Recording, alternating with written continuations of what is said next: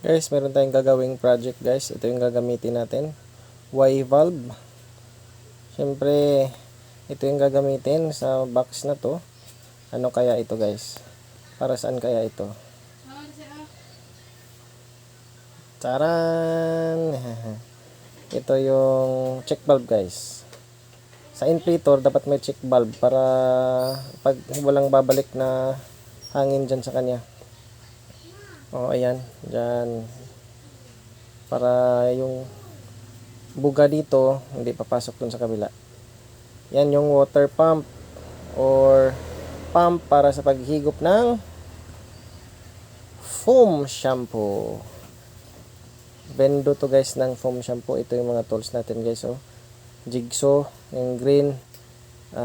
Ito yung hot air blower.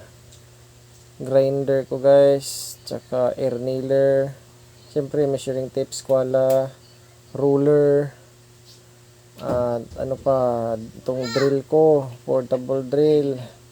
Tsaka mahiwagang espada. Ni Panday. Siyempre, ang mga screw natin, dyan yan. At mga drill bits, pang butas, pang screw, mga hose. Kailangan natin yan.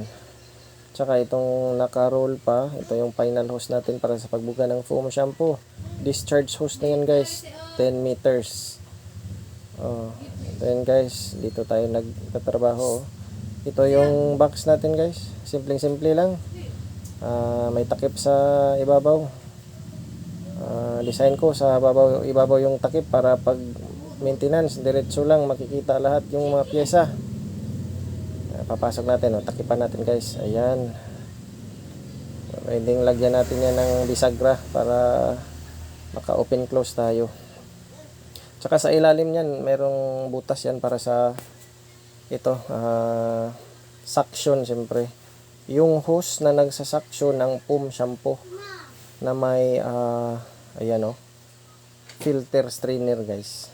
Kailangan talaga yan guys para hindi siya makahigop ng mga buo-buong pebbles. Talagang liquid lang yung higupin niya.